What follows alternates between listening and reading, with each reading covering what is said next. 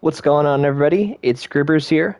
Today we're going to go ahead and showcase how to properly use the Ranger Outposts here in Jurassic World Evolution 2.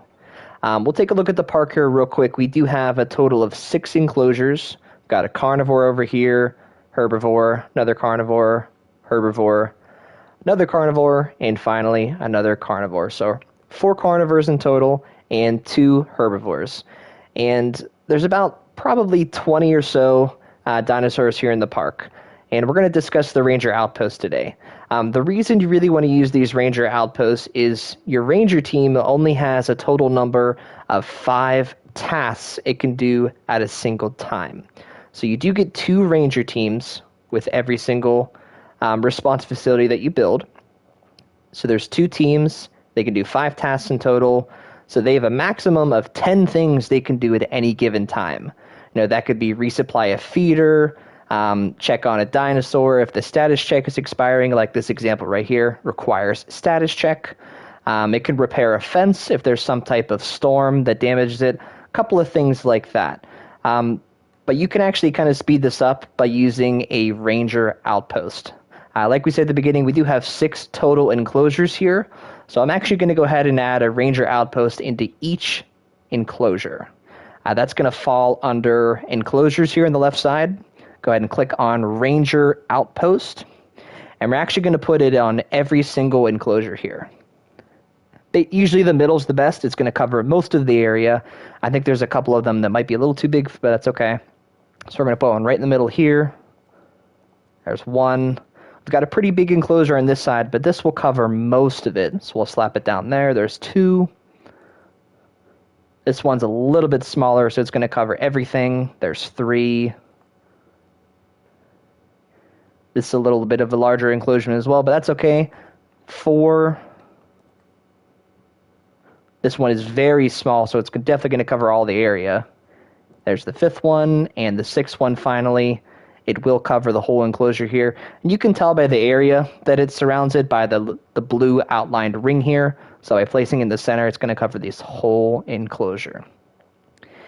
And the only thing you have to do is go ahead and assign your Ranger team to the outpost. So we're going to click on our Ranger team here, add task. Go ahead and click on all of these Ranger Outposts. I've got a couple on the outside over here, so I'm going to kind of group them together. So we're going to go ahead and give this team this one right here, this one right here, and this one. And then we'll go to the other Ranger team and go ahead and give them the other 3.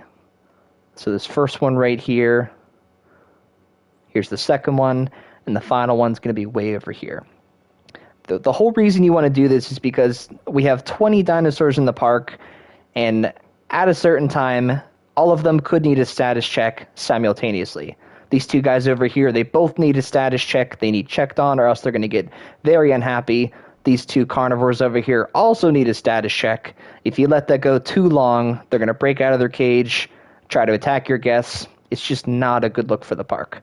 These 2 carnivores over here also need a status check, so we need to take care of these Ranger Outposts immediately. You could manually go ahead and do a status check on all of them by going to your Ranger team, but it's much more efficient if you go ahead and just use these Ranger Outposts. So this Ranger team right here, as you can see, is going to visit this outpost all on his own. We don't even have to do anything. So he's going to check it out. He's going to scan the area real quick. You know, does this dinosaur need a status check? And yes, he does. So he's going to go ahead and do it. I didn't even have to click on the Ranger team and click on the dinosaur. It does it automatically. And that's the whole point here.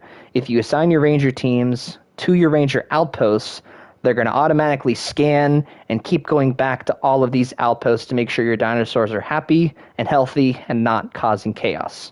If you do have a big enough map, you can actually build an additional response facility. So I can dedicate one response facility with my Ranger teams solely to the outposts. And this other one over here that I have on the outside of the map, I have 2 additional Ranger teams, which I can just kind of keep on standby, you know, to repair a fence or something to that degree if a storm comes through, things like that. So, in conclusion here, you know, make sure to go ahead and build your Ranger Outpost. The whole reason is they can scan continuously your whole enclosure if it covers it. It's going to check on the dinosaurs, and your ranger teams are just going to automatically keep going back, checking on your dinosaurs, making sure they're good to go, happy and healthy, and not causing chaos. If you did find this information helpful, please make sure to like and subscribe for more content. We'll catch you guys in the next video. Thanks for watching.